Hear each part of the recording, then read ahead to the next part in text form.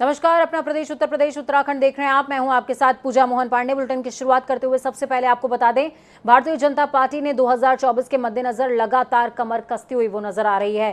पहले तेलंगाना में कार्य समिति की बैठक हुई थी, कार्यकारिणी की बैठक हुई थी। हैदराबाद की तेलंगाना में राष्ट्रीय कार्यकारिणी की बैठक हुई थी। इसके बाद आज लखनऊ में बीजेपी कार्यालय पर प्रदेश कार्यकारिणी की बैठक हुई। इस बैठक में आगामी चुनाव को लेकर विस्तार से चर्चा की गई है। राष्ट्रीय कार्यकारिणी की बैठक में लिए गए फैसले उत्तर प्रदेश में किस तरीके से अमल में लाए जाएं, साथ ही साथ 2022 विधानसभा चुनाव में हारे गए बूथों को कैसे आगामी चुनावों के लिए मजबूत किया जाए, इस पर भी मंथन हुआ है। भाजपा की राष्ट्रीय उपाध्यक्ष रेखा वर्मा ने बताया कि आगामी चुनाव के मद्देनजर संगठन को कैसे मजबूत करें, इस पर हमने चर्चा करी। उन्होंने ये भी कहा कि बैठक में सभी को बताया गया कि आगे कठिन परिश्रम करके पार्टी को हमें मजबूत करना है। आज हम लोगों की प्रदेश कार्यकारिणी बैठक थी और उसमें सारे बिंदुओं पे चर्चा हुई है कि हम लोग और संगठन और पार्टी को कैसे मजबूत करें। अभी इस कार्यक्रम के बाद में पूरी रूपरेखा तैयार की जाएगी, लेकिन अभी हमारा आगे चुनाव आने वाला है। उन सारे चीज़ों को लेके एक भाजपा को और कैसे मजबूती मिले, उसी विषय पे चर्चा। भाग्यनगर तेलंगाना में जो अपने प्रस्ताव पास हुए थे, केंद्र सरकार की राजनीतिक प्रस्ताव, आर्थिक प्रस्ताव और जो 8 साल की आदरणीय मोदी जी का जो सपना था और आदरणीय मोदी जी का जो सोच बदली है समाज की, एक विकास की लहर हुई है और गरीब तो वह विकास पहुंचा है, सभी योजनाओं का लाभ पहुंच रहा है ईमानदारी के साथ। बैठक संपन्न हो गई है। बैठक का पूरा विवरण अभी माननीय प्रदेश अध्यक्ष जी देंगे। हम लोग भारतीय जनता पार्टी गठबंधन की जो राष्ट्रपति पद की प्रत्याशी हैं, वहीं 18 जुलाई को होने वाले देश के महामहिम चुनावों को लेकर राज्यों में भी हलचल तेज है। इसी सिलसिले में एनडीए से राष्ट्रपति पद की उम्मीदवार द्रौपदी मुर्मू लखनऊ पहुंची हुई हैं।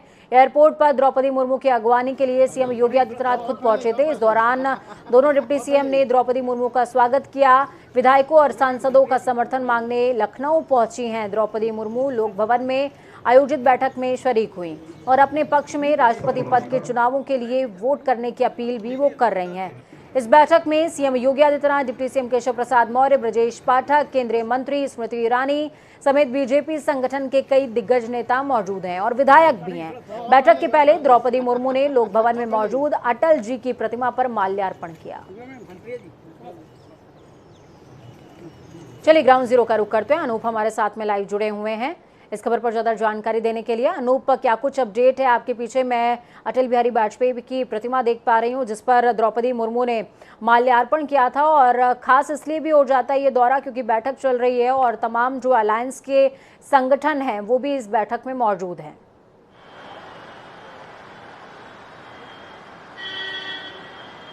देखिए, आपको अपडेट कर दूं पूजा, अब बैठक जो चल रही थी वो खत्म हो चुकी है। विधायक जो थे वो निकल रहे हैं, मंत्री निकल रहे हैं। उत्तर प्रदेश के भाजपा के जो घटक दल हैं, वो चाहे अनुप्रिया पटेल अपना दल की बात करें, कमेरा की बात करें, या फिर जो संजय निषाद की पार्टी जो उम्मीदवार हैं द्रौपदी मुर्मू, वो मौजूद थी। मुख्यमंत्री योगी आदित्यनाथ, दोनों डिप्टी सीएम, तमाम पदाधिकारी मौजूद थे।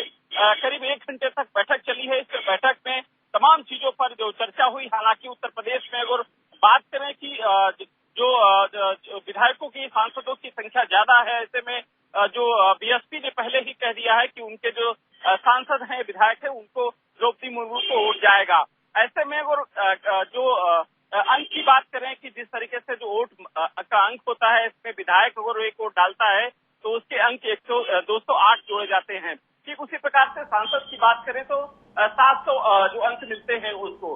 तो ऐसे में जो उत्तर प्रदेश में कहीं न कहीं जो एनडीए के समर्थन में या फिर द्रौपदी मुर्मू के समर्थन में उत्तर प्रदेश में एक अच्छी बढ़त बनाए हुए है। और उसी को लेकर के आज लोकभवन में बैठक की सभी ठीक है अनूप, मैं आपसे एक बात और समझना चाहूंगी। देखिए, कल यशवंत सिन्हा पहुंचे हुए थे राजधानी लखनऊ, और जिस दौरान यशवंत सिन्हा पहुंचे हुए थे वहां पर आजम खान मौजूद थे, जयंत चौधरी मौजूद थे, लेकिन शिवपाल यादव और ओपी राजभर नजर नहीं आए, और उसी को लेकर ओपी राजभर की प्रतिक्रिया भी आज देखने को मिली है।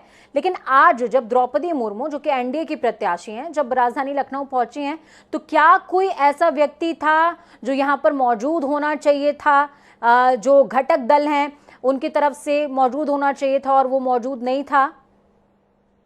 देखिए, एंट्री पॉइंट पर यहाँ पर जो एंट्री हो रही थी वहाँ पर ब्रज क्षेत्र के, अवध क्षेत्र के, काशी क्षेत्र के या फिर कानपुर क्षेत्र के, लखनऊ क्षेत्र के सभी की एंट्री हो रही थी। इस बात के लिए हो रही थी कि कौन सा विधायक इस बैठक में शामिल है, कौन सा नहीं है, या सांसद नहीं आया है। अगर नहीं आया तो उसकी जानकारी ली जा रही थी, क्या कारण है इसके वो ये बैठक में नहीं शामिल हुआ, ये सब जानकारी आज यहीं से ली जा रही थी। दूसरी बात, जिस तरीके से ओम प्रकाश राजभर का आज बयान आया अखिलेश की नाराजगी को लेकर के, उनका कहना था कि समाजवादी पार्टी लगातार इग्नोर कर रही है अखिलेश यादव का कहना था। ये भी उन्होंने कहा कि द्रौपदी मुर्मू को अपने चाचा का वोट रोक के दिखाएं तो मैं जानूं। तो इस तरीके से उन्होंने तंज कसा है। हालांकि ऐसे बहुत सारे वोट हैं जो समाजवादी पार्टी कोशिश कर रही है। हालांकि जब कल यशवंत सिन्हा लखनऊ में थे, वो काफी हताशा उनके अंदर देखने को मिली थी।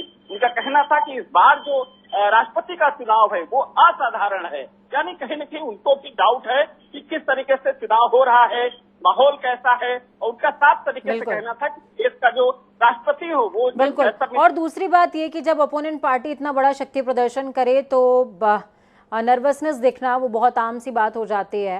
और क्योंकि हम तस्वीरें जो दिखा रहे हैं तमाम दर्शकों को, उसमें गजेंद्र सिंह शेखावत हों या फिर अपना दल की यहाँ पर अनुप्रिया पटेल हों, तमाम लोग मौजूद रहे। संजय निषाद नजर नहीं आ रहे हैं इसमें अनूप, तो क्या संजय निषाद पहुंचे नहीं थे या फिर सिर्फ ये तस्वीरों में नहीं है? तस्वीरों में भले न हो, संजय निषाद पहुंचे थे। संजय निषाद के जो विधायक हैं वो भी यहाँ पर मौजूद थे। संजय निषाद अपने विधायकों के साथ पहुंचे थे। स्मृति ईरानी पहुंची थी यहाँ पर, उसके साथ में जो शेखावत भी यहाँ पर मौजूद थे। केजरीवाल लगातार जो घटक दल हैं दोनों ही यहाँ पर मौजूद थे। पूजा, ठीक है। अनूप, आगामी क्या कार्यक्रम रहने वाले हैं? देखिए, मुख्यमंत्री का काफिला यहाँ से निकल चुका है। तमाम जो घटक दल हैं, वो संजय निषाद की बात करें या अनुप्रिया पटेल की बात करें, जो घटक दलों के साथ साथ जो वरिष्ठ नेता है भारतीय जनता पार्टी के वरिष्ठ मंत्री हैं, वो यहाँ से निकल के अब 5 कालीदास मार्ग पर पहुंचेंगे, जहां पर डिनर का जो कार्यक्रम रखा गया है वहां पर जो बातचीत होगी डिनर में। साथ ही साथ जो घटक दल है वो भी साथ में मौजूद रहेंगे। विधायकों का जो मंत्रियों का भी लंच है वो शायद यहाँ लोकभवन में रखा गया है। हालांकि तमाम जो विधायक हैं वो निकल चुके हैं, मंत्री निकल चुके हैं, जिनको 5 कालीदास मार्ग पर बुलाया गया है। अभी एक छोटी सी महत्वपूर्ण बैठक होनी है कि खाका किस तरीके से तैयार किया जाए, इस पर भी नजर भाजपा रख रही है कि जो उसके विधायक हैं, सांसद हैं, किस तरफ उनका रुख है। क्या जो एक खाका तैयार किया गया है सभी से, सभी से बातचीत चल रही है कि कहीं सेंधमारी न हो जाए। जिस तरीके से विपक्ष के हौसले मजबूत हैं, अखिलेश यादव तंज कस रहे थे कि तमाम लोग उनसे जुड़े हुए हैं, तो ऐसे में भारतीय जनता पार्टी भी नजर रख रही है अपने लोगों पर कि कहीं ऐसा न हो कि दूसरे तरफ कोई निकल जाए या फिर कोई सामंजस्य की स्थिति न बन पाए। बिल्कुल, बहुत शुक्रिया अनूप हमारे साथ जुड़ने के लिए, हम जानकारी ग्राउंड जीरो से साझा करने के लिए। तो क्रॉस वोटिंग का डर जो है कहीं ना कहीं दोनों ही तरफ है, फिर चाहे वो सत्ता पक्ष हो या फिर विपक्ष। खबरों में आगे बढ़ते हैं। उत्तर प्रदेश से निर्विरोध निर्वाचित बीजेपी के 8 सदस्यों समेत 11 राज्यसभा सदस्यों ने संसद भवन में पद और गोपनीयता की शपथ ले ली है। सीएम योगी ने बीजेपी के सभी 8 सदस्यों को बधाई दी। बीजेपी के अलावा समाजवादी पार्टी, राष्ट्रीय लोकदल और निर्दलीय एक सदस्य ने भी शपथ ली है। उपराष्ट्रपति एम वेंकैया नायडू ने इन सभी को शपथ दिलाई। आपको बता दें कि बीजेपी से डॉक्टर लक्ष्मीकांत वाजपेयी, दर्शना सिंह, बाबूराम निषाद, सुरेंद्र सिंह नागर, डॉक्टर के लक्ष्मण, मिथिलेश कुमार, डॉक्टर राधा मोहन दास अग्रवाल और संगीता यादव ने पद और गोपनीयता की शपथ ली है।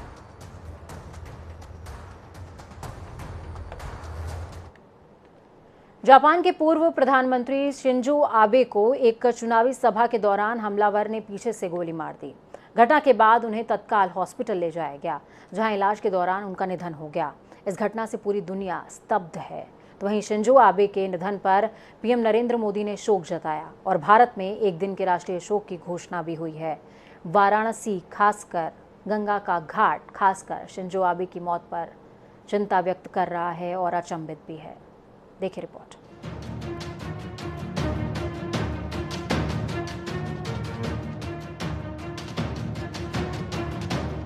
जापान के पूर्व प्रधानमंत्री शिंजो आबे के निधन से पूरी दुनिया स्तब्ध है। जापान से आने वाली यह खबर जितनी दुखद है, उससे कहीं ज्यादा हैरान करने वाली भी है। खबर आती है कि जापान के पूर्व पीएम शिंजो आबे को चुनावी रैली के संबोधन के दौरान उन्हें गोली मार दी गई। हमलावर ने उन्हें पीछे से गोली मारी। घटना के बाद उन्हें तत्काल हॉस्पिटल ले जाया गया, जहां इलाज के दौरान उनका निधन हो गया। शिंजो आबे के निधन की खबर से विश्व समेत पूरे भारत में शोक की लहर दौड़ गई। प्रधानमंत्री नरेंद्र मोदी भी इस घटना से आहत हैं। पीएम ने अपने दोस्त की मौत पर गहरा दुख प्रकट किया है। पीएम ने शिंजो आबे के साथ अपनी सबसे हालिया मुलाकात की एक तस्वीर भी सोशल मीडिया पर साझा की है। इसके साथ ही घटना से आहत पीएम मोदी ने भारत में एक दिन के लिए राष्ट्रीय शोक का भी ऐलान किया। जापान के पूर्व पीएम शिंजो आबे का काशी से बेहद पुराना रिश्ता रहा है। शिंजो आबे के निधन से सबसे ज्यादा असर काशी के लोगों को हुआ है। शिंजो आबे यूं तो काशी सिर्फ एक बार आए, लेकिन महादेव की नगरी ने उन्हें ऐसा बनाया जैसे वो न जाने कितने सालों से यहाँ रचे बसे हों। साल 2014 में पीएम मोदी की सरकार बनने के बाद शिंजो आबे और जापान की सरकार भारत के लिए एक भरोसेमंद दोस्त बनकर उभरे, जिसके बाद दोनों ही नेताओं की दोस्ती ने कई कीर्तिमान गढ़े और दोस्ती की बेहद अटूट मिसाल दुनिया के सामने पेश की। शिंजो आबे की इस दोस्ती का पर्याय सिर्फ देश ही नहीं, बल्कि दिलों के जुड़ने के तौर पर भी देखा गया। इन रिश्तों का एक अमिट अध्याय तब लिखा गया जब शिंजो आबे 12 दिसंबर 2015 को पीएम मोदी के साथ काशी आए। काशी की परंपराओं के साक्षी बने शिंजो आबे के लिए दुनिया का सबसे पुरातन शहर अचंभे के जैसा था। बौद्ध संस्कृति से जुड़े जापान के शिंजो आबे ने हिंदुत्व के काशी में मां गंगा की आरती देखी। इस दौरान वे इस मनोरम दृश्यों को अपने फोन में कैद करते रहे और फिर जब हर हर महादेव का घोष हुआ तो काशीवासी की तरह शिंजो आबे ने भी हाथ उठाकर काशी परंपराओं को अपना लिया। शिंजो आबे के निधन की दुखद खबर के बाद काशी उन्हें मर्म भाव से याद कर रही है और साथ ही याद कर रहा है शिंजो आबे के साथ बिताए गए वो पल जो भारतीयों के दिलों में आज भी जिंदा है। वाराणसी के घाट पर वो गंगा आरती, वो बातें, वो स्वागत, सब कुछ। आज पूरा भारत बस यही कह रहा है कि शिंजो आबे अब चाहे जिस दुनिया में हो, भारतीयों के दिल में हमेशा जिंदा रहेंगे। ब्यूरो रिपोर्ट, जनता टीवी। पल्लवी पटेल की मंगलवार रात अचानक से तबीयत खराब हो गई थी। अचानक से बेहोश होने के चलते पल्लवी पटेल को मेदांता लखनऊ हॉस्पिटल आईसीयू में एडमिट किया गया था, जिनकी सभी प्रारंभिक जांचें फिलहाल सामान्य बताई जा रही हैं। फिलहाल एक्सपर्ट मेडिकल टीम की निगरानी में उन्हें रखा गया है। उनका न्यूरोलॉजी विभाग के डायरेक्टर डॉक्टर अनूप ठक्कर की देखरेख में इलाज चल रहा है। फिलहाल उनकी स्थिति संतोषजनक और नियंत्रित बताई जा रही है। ये तस्वीरें आप कल की देख पा रहे हैं, जिसमें जयंत चौधरी उनसे मुलाकात करने के लिए पहुंचे हुए थे।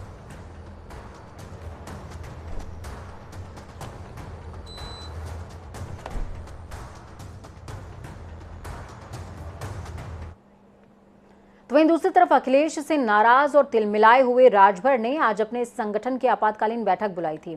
हालांकि उन्होंने ये भी कहा कि ये बैठक राष्ट्रपति चुनाव को लेकर के हमने की है, इसमें गठबंधन को लेकर कोई चर्चा नहीं हुई। इस दौरान उन्होंने कहा कि हम सपा से गठबंधन निभाना चाहते हैं, लेकिन हमारी अनदेखी हो रही है। उन्होंने कहा कि बैठक में मुझे ही नहीं, शिवपाल चाचा को भी नहीं बुलाया गया। लगता है अखिलेश को हमारे वोट की जरूरत ही नहीं है। राजभर ने कहा आजमगढ़ चुनाव के दौरान सुभाषपा मैदान में डटी हुई थी, जबकि सपा एसी के मजे ले रही थी।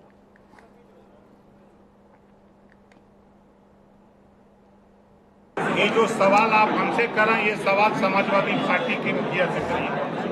हम समाजवादी पार्टी गठबंधन में हैं और गठबंधन धर्म निभाना चाहते हैं। इसको निभाने के लिए बाई इलेक्शन में आपने देखा पूरी ताकत से हम लोग 45, 46, 47 डिग्री टेम्परेचर पे भी हम लोग काम कर रहे हैं।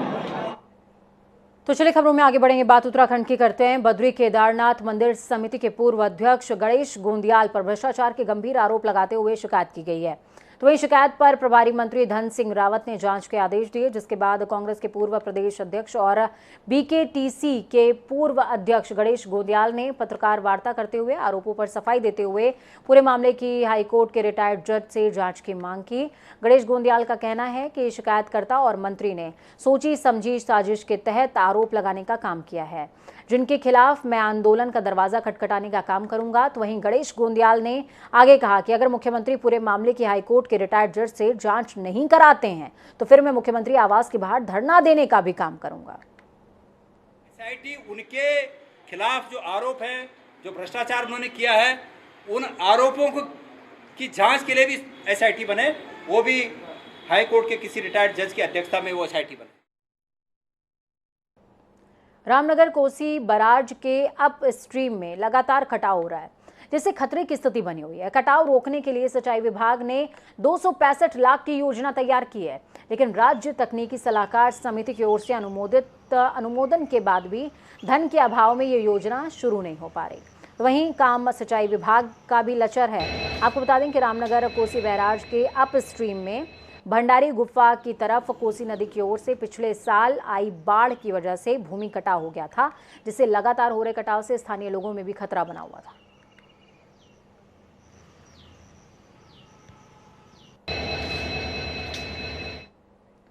तो चलिए फटाफट अंदाज में 5 मिनट 25 अहम जिलों का रुख करेंगे। सीतापुर के डीएम के पास महिला ने लगाई गुहार। महिला का आरोप, कमलापुर प्रधान ने महिला को प्रताड़ित कर जमीन पर किया कब्जा। डीएम ने जमीन का कब्जा मुक्त कराने के दिए आदेश। गाजियाबाद में 4 हॉस्पिटल पर लगा 65 लाख का जुर्माना। एनजीटी ने 10 अस्पतालों को भेजा नोटिस।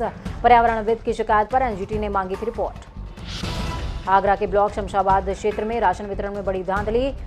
हर कार्ड पर 1 से 2 यूनिट की कटौती कर रहे हैं डीलर। धांधली में आपूर्ति अधिकारियों का पूरा सहयोग। जालौन के कदौरा थाना क्षेत्र में तेज रफ्तार अनियंत्रित इको वैन ने मारी ई रिक्शा को जोरदार टक्कर। 4 लोग गंभीर तौर पर घायल। राहगीरों की मदद से घायलों को पहुंचाया गया सामुदायिक स्वास्थ्य केंद्र। बरेली में मुख्यमंत्री के निर्देश से बाढ़ आपदा राहत के समय कोई कमी न रहे, इसको परखने के लिए जिला स्तर पर आज मॉक ड्रिल का किया गया आयोजन। लखनऊ में विश्व हिंदू परिषद ने हिंदू समाज के लोगों को मिल रही धमकियों के मद्देनजर रखते दिन भर के लिए हेल्पलाइन नंबर किया जारी। बांदा के बदौसा थाना क्षेत्र में बेटे के हत्यारों की गिरफ्तारी के लिए दर दर भटकती पीड़ित मां। जून 2021 में हुई थी युवक की हत्या। महिला ने मीडिया को बताया उनको है जान का खतरा। औरैया के सदर कोतवाली क्षेत्र में तारीख पे आए पति पर उसकी पत्नी, सास और साले ने मिलकर बरसाए थप्पड़ घूसे, वीडियो वायरल। औरैया के एरबा कटरा थाना पुलिस टीम ने मुखबिर की सूचना पर चेकिंग के दौरान 15,000 के वांछित इनामिया अभियुक्त को किया गिरफ्तार। आगरा में बीते दिनों आगरा पुलिस ने 3 अधिवक्ताओं को गिरफ्तार करके जेल भेजा। मामले में कलेक्ट्रेट बार एसोसिएशन ने किया विरोध। महोबा के फैमिली कोर्ट में अधिकारियों का खुलेआम घूस मांगते वीडियो वायरल। घूस न देने पर फाइल लेने से कर रहा था साफ इनकार। आगरा में मेट्रो प्रोजेक्ट में पकड़ी रफ्तार। प्रियोरिटी कॉरिडोर पर शुरू हुआ रेल ट्रैक का निर्माण। एमडी सुशील कुमार ने दी जानकारी। बुंदेलखंड के महोबा में नेहरू इंटर कॉलेज के नए सत्र में आरंभ होने के बाद से यहां मिड डे मील बनाया ही नहीं जा रहा है। गाजियाबाद के निवाड़ी थाना क्षेत्र में पद्मश्री गोल्ड मिल्क पाउडर के गोदाम में चोरी की घटना को अंजाम देने वाले 3 अभियुक्त गिरफ्तार। कब्जे से 6 लाख रुपए की नकदी भी बरामद। राष्ट्रपति पद के एनडीए उम्मीदवार द्रौपदी मुर्मू 11 जुलाई को पहुंचेंगी देहरादून, जिसकी तैयारी को लेकर बीजेपी जोरों शोरों से कमर कसती नजर आई। बरसात का मौसम शुरू होते ही मच्छर जनित रोग की बीमारियां तेजी से रही हैं बढ़, लिहाजा स्वास्थ्य महकमे ने जागरूकता कार्यक्रम चलाने के साथ ही कैंप लगाना भी शुरू कर दिया है। महोबा के चरखारी कोतवाली क्षेत्र में तेज रफ्तार ट्रक ने बाइक को मारी जोरदार टक्कर। हादसे में 2 युवकों की दर्दनाक मौत। पुलिस ने शवों को कब्जे में लेकर पोस्टमार्टम के लिए भेजा। अलीगढ़ में ईद उल अजहा की नमाज अदा करने के लिए जिला अधिकारी इंद्र विक्रम सिंह और एसएसपी कलानिधि नैथानी ने की बैठक। नमाज के दौरान सभी दिक्कतों को दूर करने की कही गई बात। केदारनाथ मंदिर समिति के पूर्व अध्यक्ष गणेश गोंदियाल पर भ्रष्टाचार के गंभीर आरोप लगाते हुए की गई शिकायत। गणेश गोंदियाल ने पत्रकार वार्ता कर आरोपों पर दी सफाई। इटावा के कोतवाली क्षेत्र में दुगनी उम्र का दूल्हा देख वधू ने शादी से किया इनकार। दूल्हे पक्ष ने सोने चांदी के आभूषण आदि हड़पने का लगाया आरोप। फतेहपुर के जिला अस्पताल में तैनात डॉक्टर नितिन सिंह ने मरीज से करी अभद्रता। सोशल मीडिया में वीडियो वायरल। पूरे मामले में उप मुख्यमंत्री ब्रजेश पाठक ने लिया संज्ञान। अलीगढ़ के मडराग थाना क्षेत्र में शादी समारोह के दौरान हुआ 2 लोगों में आपसी विवाद में एक नाबालिग की कैंची से गोद कर हत्या। मौके पर पहुंची पुलिस जांच में जुटी। आगरा के पिनाहर थाना क्षेत्र में हुई दंपति की हत्या का आगरा पुलिस ने किया खुलासा। पुलिस ने किए 4 अभियुक्त गिरफ्तार। सोने के आभूषण और 97,000 रुपए भी किए गए बरामद। अलीगढ़ के ऊपरकोट कोतवाली थाना क्षेत्र में 3 तलाक देकर 9 महीने की मासूम बच्ची को छीनकर पति हुआ फरार। पीड़ित महिला ने एसएसपी से लगाई बच्ची को पाने की गुहार। बदायूं के मुजाजाल थाना क्षेत्र में डीसीएम ने बाइक सवार कुमारी टक्कर लगने से युवक गंभीर तौर पर घायल को जिला अस्पताल में लाते समय हुई मौत। वक्त यहाँ पर छोटे से ब्रेक का। ब्रेक के उस पार खबरों का सफर लगातार जारी है। बने रहिए जनता टीवी के साथ, क्योंकि हमें आपकी ताकत, अपना और अपनों का ख्याल रखें। नमस्कार।